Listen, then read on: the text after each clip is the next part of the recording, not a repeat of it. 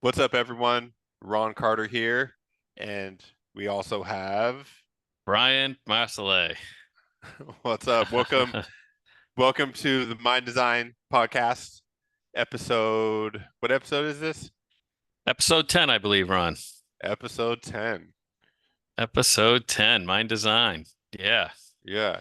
So cool statistic, and you guys can fact check this. I don't know if I'm like I heard this somewhere, so maybe true, may not be true. But that like most podcasts don't make it past 20 episodes, like because people give up. And so we're Really? halfway, we're ha Halfway there. halfway to being in the top percent of podcasts because we just kept going. So I think we awesome. just lost a lot of viewers with my Bon Jovi interpretation. I mean, it depends on their age, you know? Oh yeah, they Uh, don't even know who that is. yeah, it might have lost some of the youngins there, but you know, might have also gained some Yeah. diehard fans that are, I wouldn't say, I'll say that are more seasoned viewers. I'll say it that way. All right. Did you recognize that song, Ron? Yeah, Oh, I'm good. I'm on the cusp, so it's Yeah. like I know it. I heard it, and plus I play guitar, so yeah. Oh, that's right. That's right. Um, but one thing I feel like that's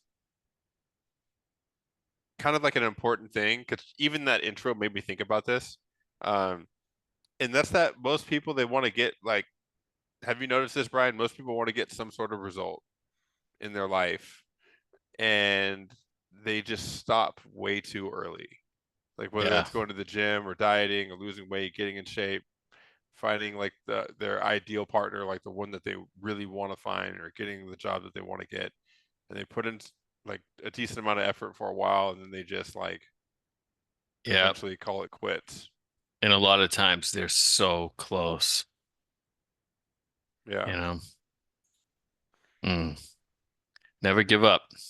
One thing, I was on a call with somebody earlier today, and so we were on the Zoom call, and she was asking it, she was asking for like business advice, right? And so we were just talking about this stuff, and it turns out like I used to have a sales position in like an 8-figure coaching company, and that's how I learned a lot of the stuff that I know. And as we're talking, it turns out that she did too for a long Hmm. time. And Wow. so but she's like, "Hey, how do I grow this thing and monetize it?" And a lot of the conversation was pointing out the stuff that she already knows, because I asked her everything that she's doing, and then she just wasn't doing some things that really like need to be done, like as far as like letting people know about the offer that she has.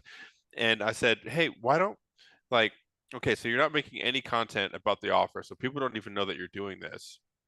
And I Hmm. said, "Let me ask you a question. If you were to do that same role that you used to have in a company, and they hire you, and then they're like, okay, here's the resources that you have. Here's our Instagram account. We want you go message the leads that the Instagram account's bringing in." And I said, what if they did that and you looked at the account and there was no content on there? And she was like, "Oh yeah, that's not going to work." And I was like, "Well, Hmm. that's what your account looks like right now." you know? Surprise. And she's like, "Duh, oh my God, I couldn't believe I didn't see this." And Yeah. and but I brought this up because at one part of the conversation she was asking about ads, and like when I started running ads. And I told her that I ran ads for like a week last year, my first time running ads to my online business offer. For any of you guys who don't have any interest in online business, I'm going to try to keep this as non-technical as possible because that's not what this podcast is about. And so, um, and I said, yeah, well, I ran them for the first time for a week last summer. And so, and here's what happened. I ran the ads, and then I spent $1,000 and I didn't get the result that I wanted. And then I turned them off and shut them down out of fear. Hmm. And Yeah. she's like, "Well, when did you start seeing like some results with the ads? 'Cause I know you're running them now." And I was like, "Yeah, really crazy concept. The beginning of this year, I just decided, you know, well, we're gonna run ads and we're gonna do it until it works. And I was like, and even me saying that now, it's like on the other side of it, it's like, oh, you're gonna run ads until it works, and that's how you get it to work. Like, duh, like of course, like you do Yeah, it right. until it works. Um, but before getting to the other side of it, it doesn't feel like that, even though it's the same thing. It's like if you want to go to the gym and get in good shape, it's like, well, you have to go until dot dot dot until you get the six pack that you want, until you get the physique that you want or the feeling that you want or whatever it is. But most people just don't go until they Mhm. go for some predetermined amount of time and then say that that didn't work, at least in Yeah. my experience. Yeah. How do you make it a way of life? That's a good question because that's really the problem is having it not be a way of life, Yeah. right? So what would you say to that? Like what's your advice for making Um, changes a way of life? well, one thing, like I believe you have to have a deep desire to begin with. Just take being in shape, right? You have to have a desire to be in shape. You have to have a big enough why, why am I doing it? Do you want to play with the grandchildren? Maybe you want to run a marathon.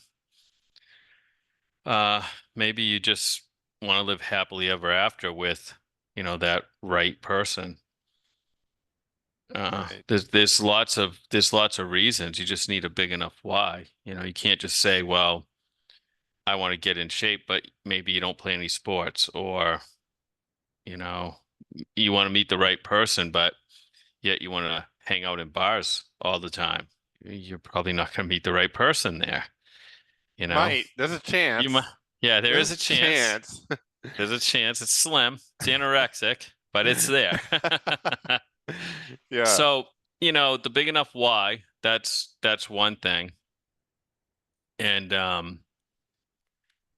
I think that once you have a big enough why, what you need to do is say if you want to wake up early in the morning and work out. Well, you have to dedicate that waking up and working out, say, 45 minutes or an hour, and you have to do it every day. So it almost becomes like your, I don't know how to say it, religion, habit. Yeah. But that's the thing that I want to like crack into though, because like let's just be straight up. There's a lot of people out there with really big whys that don't end up doing shit, Mm. right? Yeah, yeah, it's true. And a lot of those people also, and if that's any of you guys watching, don't be offended. I'm just telling the truth and stating the facts, right? Because Mm. whatever wherever you may find yourself right now, it doesn't mean that it's always going to be there, right? And I know for me, most of the time that I've had like a significant change, it's when I get to see the truth of my situation from a different light. So if you're like, whoa, that's a little harsh, that's not meant to be harsh. That's just try to Reality. right, right. And Yeah. so and so but there's a lot of people with really big whys that understand what they have to do and the consistency that they need, but still can't get themselves to do it. Mm. So what would you say, Ron, that that's not a big enough why? I think that I think that it's not really a problem with the why in this scenario. I think in this specific scenario where it's like they have the why, they know what to do, still not doing it, and then all these other effects that happen because of that, of like not feeling good about myself, or feeling like I'm always messing things up and I can't get it right, whatever, all those different types of feelings. I think that that really stems from, at least in my experience, it stemmed from not falling in love with the process itself. Mm. And so like here's what I mean from that. It's like when anytime that I am more in love with the outcome than the process, well, it becomes really hard to stay consistent at that process for long enough. And Yeah. and and so I'll give you a couple examples of this, right? And One of them is just a saying that I heard, but it makes sense. It's like the people who are in the most shape, you know what they do? Who are in the best shape, like for most of the time of their life. They do Are a you're asking me? I would say consistency. right. It's consistency. There's a lot of different workouts that they can do, a lot of different diets, a lot of different things. They all do different things. But the one common factor is that they all love to exercise. Oh, sure. That's like the Yeah. easiest way to stay in shape forever is to actually love to exercise. Yeah, right. Right? They love, and you could find different avenues. I mean, it doesn't have to be lifting weights in a gym. It could be playing like pickleball with, friends and family and um riding bicycles or Right. going for But walks. I some mean, form of activity. It's like my girlfriend, she loves climbing and she loves doing yoga. wow. And she hates like doing weightlifting. If Yeah. her only option to stay in shape was to go to the gym and lift weights, she just would not do it. Even when she Yeah. does go to the gym, she wants to get on a spin bike and do something similar to the things that she likes to do. And for me, I don't like to do that stuff. I like to go to the gym and like lift weights. That's what I would rather do. Mm, But that's me. yeah. And so the other thing here that kind of relates to, I mean, it does relate to mindset. This is directly correlated to mindset. Is There's a saying that in recovery, when people are that this is a question I get a lot in recovery. People are brand new and maybe they're like 5 days sober or something, and we're at a meeting. And at the end of the meeting, I always ask them, "Hey, what meeting are you going to tomorrow?" And you could tell they're just like, God, like, damn it, another meet. Like, I gotta tell this guy what meeting I'm going tomorrow. And that means I actually have to be there because what if he's there? And they don't know that I already know I'm not going to one tomorrow, but I'm asking them so that they Yeah. know and that they go. Yeah. And so, and then they'll tell me, and then they'll say something like, "How long do I have to go to these meetings for anyway?" And every time I get that question, I smile and I say, "Oh, it's not that long. You have to go to meetings until you get to go to meetings." Right on. And that usually takes them back a little bit because they realize like, wait, so the meetings don't stop. It's like, no, they don't. But you have to go until you get to go. It's like once you actually like going to them, then you don't, it's not something you have to do anymore. It's Yeah. something that you get to do Do you have like people say to you like, I'm never gonna like going? all the time. Really? Um, well, most of the time that we actually hear that I hear that in meetings is when it's somebody speaking who's been sober for like 10 years, 20 years, or 3 years like me, and they're like sharing their story. And that's when they talk about how they were the person, how they used to be the person that sits in the back of the room, shows up last, like shows up a minute late, sits in the back, tries to not talk with anybody, and makes it a point to leave a minute early and just get the hell out of there. Like And it then, never happened. yeah, yeah. Yeah. And it's like, and so it's kind of like they're like a testimony to the process of like, and now they're up here sharing their story at a podium in front of everybody, like decades later or whatever. Yeah. That's usually when you hear it because that's when people aren't afraid of opening up anymore. But usually, if they're brand new, a lot of people will think that, but they're not going to go tell it. Last thing somebody will tell me if they're brand new is about how they don't want to go to this and they're not going to anymore because they think that I'm going to talk them out of it.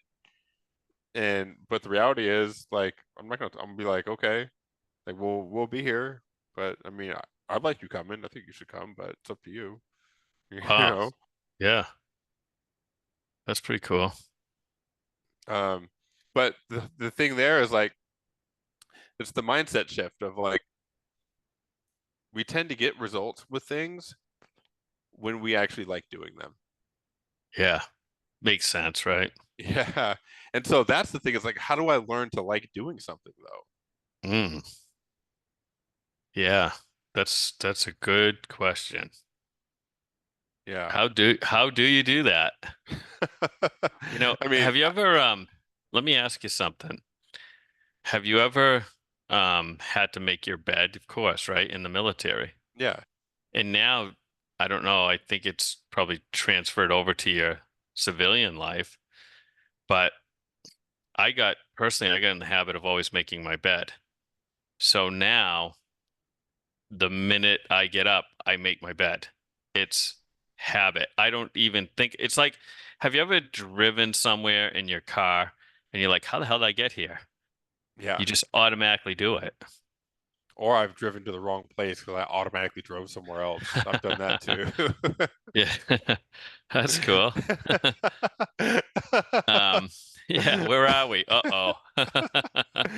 So I'm supposed to go somewhere else and like it's the same path to the grocery store that I'm used to going to, Mm, except I'm supposed to turn to go to where I'm actually going. And then I miss yeah. the turn because I realize I'm on autopilot to the grocery store. Yeah. Ron took a Yeah. wrong turn and never came back. But yeah, so I think habits, good habits can create a lot of good things in life. There's If you actually if you get up and you start okay, maybe you don't like working out in the morning, but the great thing about working out in the morning is you get it done first. My right. dad was an accountant and he used to always say, take care of you first and then pay everybody else, you Yeah. know? One thing that like I understand that concept. At the same time though, I think like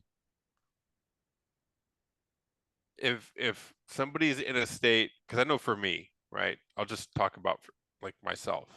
I've been in states before where I haven't worked out in a long time, Mm, and I'm also waking up late. I'm not waking up early.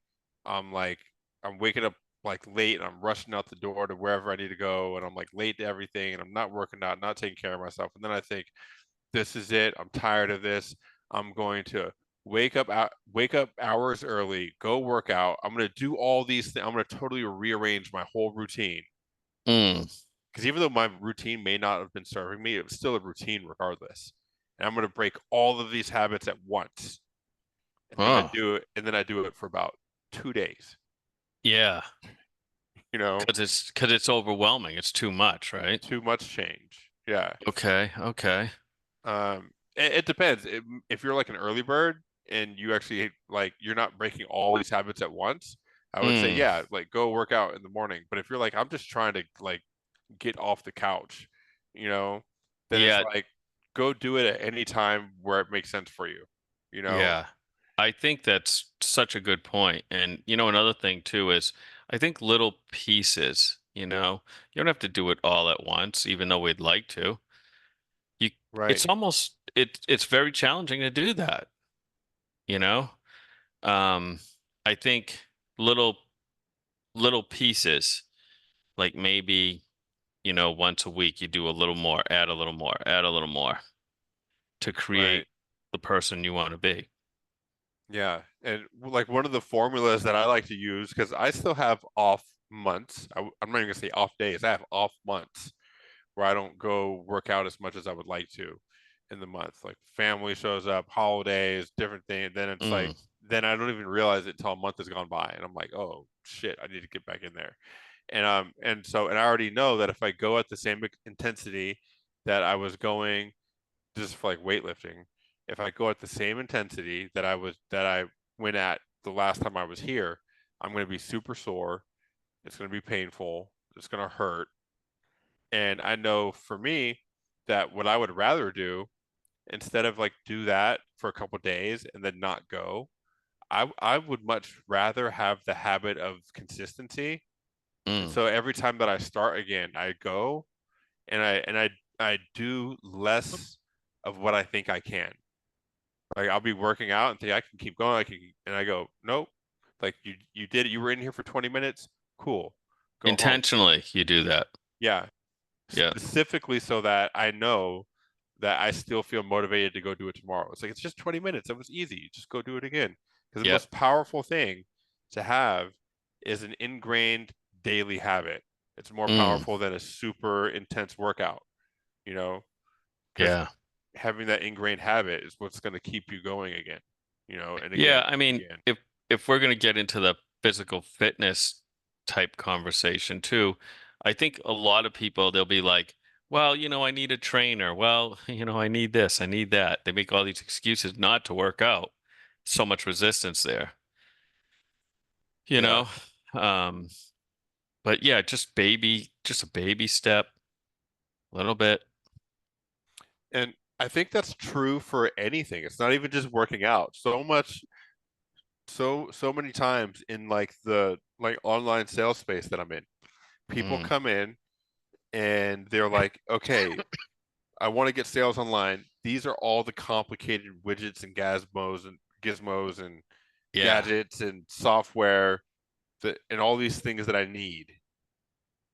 And it's like, and one of the things that I teach people is like, yeah, you could do all that, or you could just talk to people and make them an offer.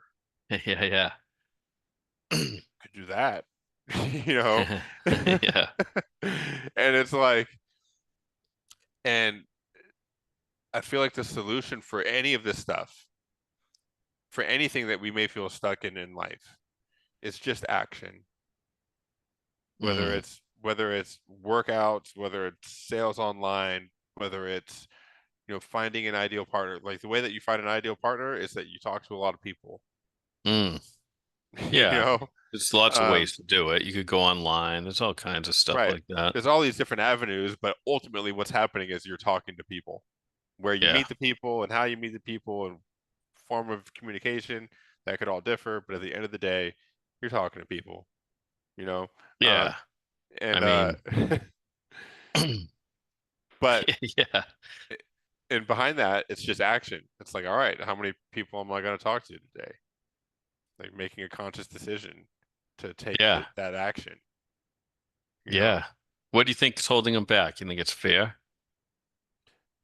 I think, well, in most scenarios that I've seen and that I've experienced, it's it's usually fear.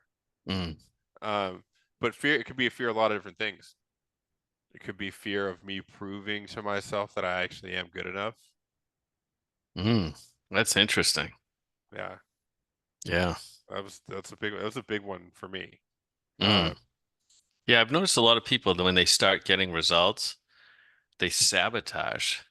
yeah, It's almost kind of like, well, I don't deserve this, yeah, and then yeah, that's a whole other um coaching thing you have to go through.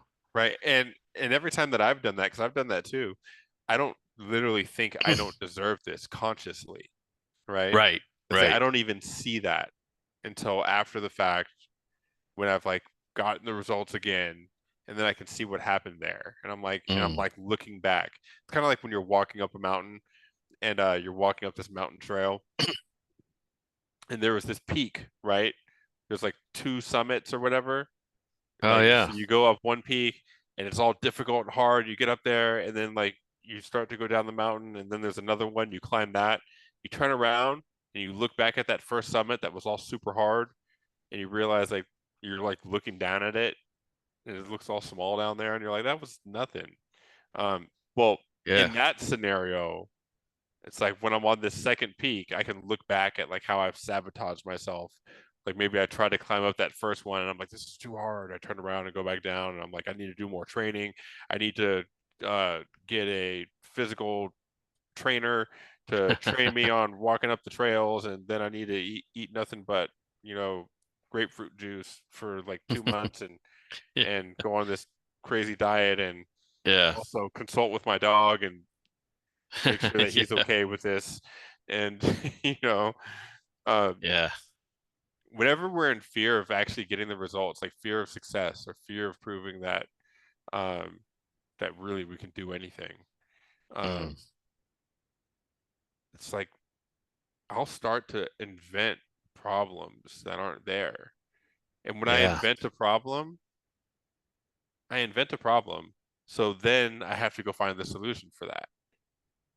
And that's why people are like, I need these different workout clothes, or I need the right kinds of protein and shaker bottles and supplements before I go to the gym once. It's like you're inventing a problem that's not even there. So you can focus on that instead of just the action. Right. And you're spending so much energy on a problem that doesn't even exist. Right. And it is easier doing the task, Yes. Yeah. you know? I know like I'm one of those people who hate paperwork. I can honestly say that. But the minute I get into it, the minute like I'm 5 or 10 minutes into it, okay, I'm good. Yeah. It's just that getting into it. It's just the thought of, oh God, I gotta go up in the office because I'm a pretty physical person. I hate being behind the desk, you know? Yeah. So, but once I get going, I'm good. But you got to get going. It's like that for me with homework for school right now. I'm like, Yeah. oh God, homework. And I was trying to do homework this weekend, and I say trying because it's like it was on my calendar of stuff to do, Mm. and I didn't start yet. I had my computer, it was sitting in my lap. I was sitting on my couch. I wanted to do it in a comfortable place. I'm sitting on my couch with my computer on my lap. I'm like, all right, I'm gonna do homework. And and then I thought like, I'm too smart to even be doing this homework. And then I was like, I wonder how smart I actually am. And then I was like, have you ever taken an IQ test, Ron? I was like, you know what? I'm gonna see if there's any free IQ tests. And so I'm like searching online to see if there's free. Next thing I know, I'm taking this IQ test Yeah. instead of just doing the homework. It was another 30 minutes, Yeah. of me not doing You homework. come to the end of the IQ test and it says, we would like your email so we can send you your results. Yeah, yeah. And Um, but it took me forever to start doing the homework. yeah. And then it's Did like it once I once start you, doing it, I'm in flow, and I'm like, and then yeah, I don't want to stop until it's done. And my yeah, girlfriend's like, "Hey, I think I'm gonna make some dinner here in a little bit. Or you want to take a break and eat?" And I was like, honestly, like I just want to finish this. I got like 30 more minutes left. Like, let me just knock. Like, I don't want to even stop. Once I actually yeah, start. yeah. Because if you stop, it's going to be a little challenging to get it going again. Yeah, exactly. Mm, yeah. Pretty But interesting. I think that's really the main, like, kind of circling back to like, all right, what's going on that's stopping people from getting the results that they want? It's like they actually have to have a real desire. They have to really want the results, right? Yeah. They have to know what the process is to get them and then start to fall in love with that process. Now, that's kind of like a harder one. It's like, how do you start to fall in love with doing homework? And I would say like there is a formula for this stuff, for being able to fall in love with doing something. Um, for me, it's like once I do it enough, I start to see better and better results, and I like to see that I'm improving. Yeah. Most Like people feel good when they notice that they're improving at something. you can measure it's a measured result. Right. Yeah. Mm, And so then over time, the work, whatever the work happens to be, for whatever result you're trying to get, becomes fulfilling in itself. And that's once the work is fulfilling in itself, that's when the results are like they're automatic. Doesn't mean they're going to happen as soon as it's fulfilling, but you don't have to even worry about when the results are going to happen because you love doing the work that causes them, you know? yeah. Yeah, exactly. Yeah. Yeah. It's pretty good. I think blocking off time, you know, little pieces of time if you're struggling to get into any kind of a program, whether it be meditation, working out, reading, I Right. find like reading just because I'm not a huge fan of I'm like I love audio, I love podcasts. I love listening to mindset coaching and all kinds of things. Not a huge fan of reading, but I force myself to read, like, say, 15 minutes a day. And then I block time off. In that time I block off, so every day I know, oh, quarter six to 6 a.m., I'm reading. And I'm Mm, reading this book, I'm reading that book. And then I start to like the book. Not all of them, but a lot of them, you start liking the book that you're reading. right. And then you knock off another book. Get Then another one. next thing you know, you're realizing that I actually like reading. Yeah, it's almost like a mind hack, Yeah. but it takes a little bit of time. It takes a little bit of effort, that 15 minutes a day. Anyone can do anything 15 minutes a day, Yeah. you Yeah. know? I think that's a really like good point. It's just like, all right, it's kind of like in the beginning of doing anything, it's like you just gotta like it's like you have to actually make time available and be disciplined enough to just do it, even if it's for a Yeah. little amount of time. And some people may not be there because I know that I talk to people who are like, yeah, I want to get this stuff going, and they like to talk about it, they like to think about it, and I'm not knocking them because I've been in this space before.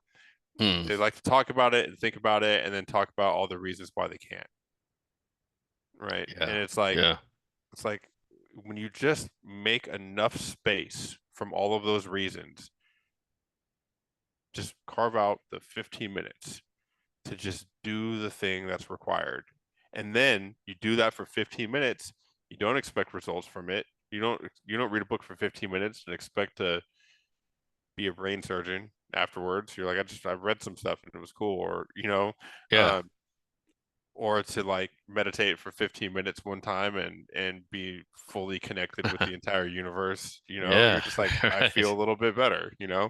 Um, and that's really it. It's like it's doing that, and it's doing that again and again and again, and like celebrating that you did that, and Yeah. feeling good about it. And record it, write it down. I like keeping a journal. I don't know. Do you do that, Ron? You keep a journal? Mm, not really in the traditional sense. A lot of Yeah. I mean, and I say that because I record videos and podcast episodes, not Hmm. just this podcast, but another one, like pretty consistently, and I have been for 5 years now. So those are kind of like they're almost becoming my journal, Right. but they're just public. But I Yeah. really do that for me because I can go back and I can listen to like where my head was at and what I was thinking, what I was trying, what I was doing, and it helps me, because I see Yeah. my progress when I do that. Hmm. Yeah, I like that. That's good. Whenever you see progress. I think like one of the things that I like about journaling is I always at the end of the day, I usually journal at the end of the day. The last question I ask myself is, what am I grateful for? And then that's how I fall asleep. What am I grateful for? What am I grateful for that happened today? Mm, And then you marinate on it all night right. and you wake up, right? You wake up the next day and you're like, okay, Yeah.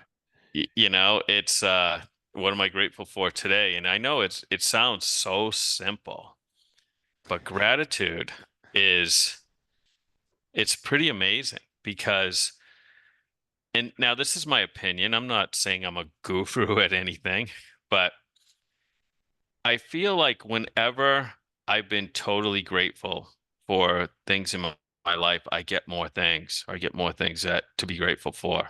It's just this weird law that happens. I feel like I feel like that's true, and I feel like it's also true in the other way around. It's like I feel like we simply just get what we focus on. Yeah. And so if you choose to focus on things that you're grateful for, then you get more of the things that you're grateful for. Yeah, exactly. If I focus on the problems and the reasons why I can't have the things that I want or the reasons why things don't work, then I get more reasons and more problems. More reasons why things That's don't work and more problems. yeah, that's exactly it. That's exactly it, Ron. And you know, when you look at the say crap in life, you get more crap. Yeah. You know, it's just a law. And one of the things that you mentioned when you said it, when you're talking about doing this, asking yourself what you're grateful for, you said, I know it sounds super simple. The first thing that came to my head is is this statement that I hear from one of uh one of the guys I know in recovery when he's telling people what to do for a certain step, and he always says it's so simple you won't do it, or so simple that most of you won't do it. Really? Yeah. and Wow. and and what you just shared is one Yeah. of those. It's like super simple, super powerful. It's so simple that a lot of people don't even do it. And it's like, but if you did choose to do it, it's that easy, it's that simple, only takes a little bit of time. And I know And it that could because be life-changing. right, because I do gratitude lists in the morning. That's like I know. I just don't do them at night. Yeah. Um, and I send them to other people. So it's like there's accountability there. It's like we text them to each other. Oh, And that's cool. and so A gratitude community. yeah. Hey, that sounds pretty cool. Actually I've seen some of those on Facebook. Really? It's the thing. Yeah. And I thought I just thought of it. I Uh, mean, you did. I'll give you 100% credit. Brian yeah, Marsolais, there you the go. Thank you. founder, the founder of the gratitude movement. Oh, geez. Thank you. You're welcome. You deserve it, bro. Yeah, yeah. So, pretty cool stuff, you know? How do you look at life, right? Well, I mean, some people have been dealt a challenging hand, right? They really have.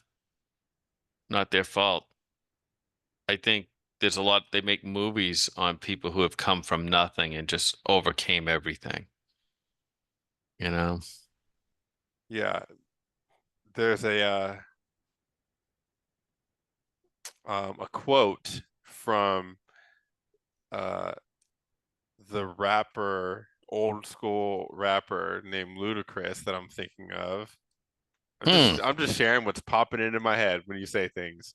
Yeah. And the quote goes, "It's not the hand that you're dealt, but how you're playing your cards." Okay, I like that. I never heard of that rapper. That's how that's how seasoned I am. And it's funny because if anybody's watching this that's young, they'd be like, "That's an old like this dude was rapping when I Yeah. was in high school 20 years ago." You know? That old dude doesn't even know rap at all. That's awesome.